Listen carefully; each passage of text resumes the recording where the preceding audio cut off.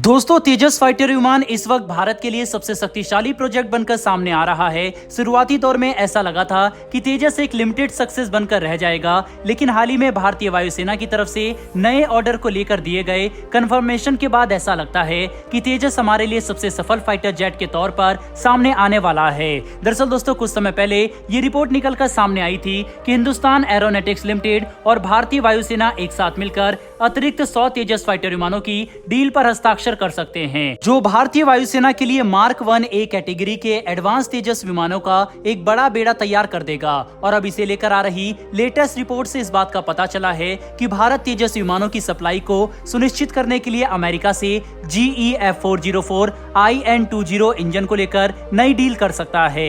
बता दें कि जब 2021 में भारतीय वायुसेना ने 83 तेजस विमानों के ऑर्डर दिए थे, तब भारत ने जनरल इलेक्ट्रिक को $716 मिलियन की कीमत पर 99 F04 इंजन सप्लाई करने का ऑर्डर भी दिया था, जिसमें से अभी तक 75 इंजन भारत को सप्लाई किए जा चुके हैं। साथ ही मार्क 1 फाइटर विमान के लिए ऐसे 99 अतिरिक्त इंजन भी ऑर्डर पर मौजूद है, जिनकी कीमत $716 मिलियन की है। ऐसे में अगर भारत 120 इंजन के ऑर्डर देता है तो ये डील $1 बिलियन तक हो सकती है। इस वक्त GE F404 IN20 इंजन की डिलीवरी को लेकर काम कर रही है, जो इस साल में आगे जाकर भारत को शुरू हो सकता है। ऐसे अतिरिक्त इंजन की अगर डील दोनों देशों के बीच में होती है तो इससे मौजूदा डिलीवरी को भी तेज किया जा सकता है, क्योंकि तेजस विमानों का प्रोडक्शन जारी है और इन इंजन की डिलीवरी अगर अमेरिका से जल्दी नहीं की जाती तो इस पर असर पड़ सकता है।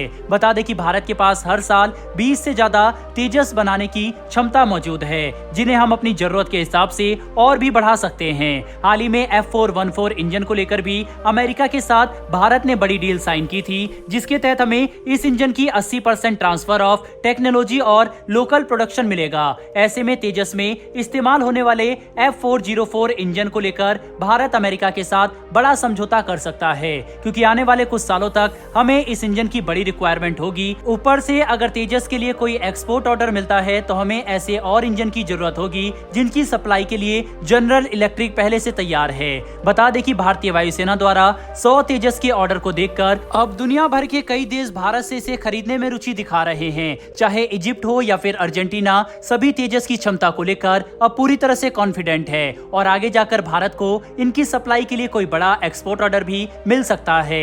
इतना ही नहीं बल्कि अर्मीनिया भी भारत से तेजस को खरीदने में रुचि दिखा रहा है, जिसे ध्यान में रखते हुए हमें इसमें लगने वाले F404 इंजन की सप्लाई लाइन को सुनिश्चित करना होगा, जिसके लिए ही भारत $1 अरब की कीमत पर 120 नए F404 IN20 इंजन की डील कर सकता है। बहरहाल बढ़ते हैं हमारी दूसरी खबर की तरफ। तो दोस्तों ये खबर भारत और फ्रांस के द्विपक्षीय संबंधों को लेकर है, जिसमें G20 के दौरान एक लंच मीटिंग में काफी बढ़ोतरी देखने को मिली। दरअसल इस लंच मीटिंग में PM मोदी और फ्रांस के राष्ट्रपति इमैनुअल मैक्रोन साथ मिलकर कई मुद्दों पर बातचीत कर रहे थे, जिसमें दोनों देशों के नेताओं ने भारत फ्रांस के द्विपक्षीय संबंधों को मजबूत करने पर सहमति जताई और कई बड़े टॉपिक जैसे कि डिफेंस पार्टनरशिप और परमाणु ऊर्जा के क्षेत्र में बढ़ती साझेदारी पर भी सहमति जताई। इतना ही नहीं बल्कि दोनों देशों ने इंडो पैसिफिक के क्षेत्र में साथ मिलकर काम करने पर भी एक दूसरे का समर्थन किया। दरअसल चीन की हरकतें सिर्फ भारत ही नहीं बल्कि फ्रांस जैसे पश्चिमी देशों के लिए भी बड़ी परेशानी बन चुकी है। ऐसे में अगर इंडो पैसिफिक के क्षेत्र में शांति और फ्रीडम को बढ़ावा देने के लिए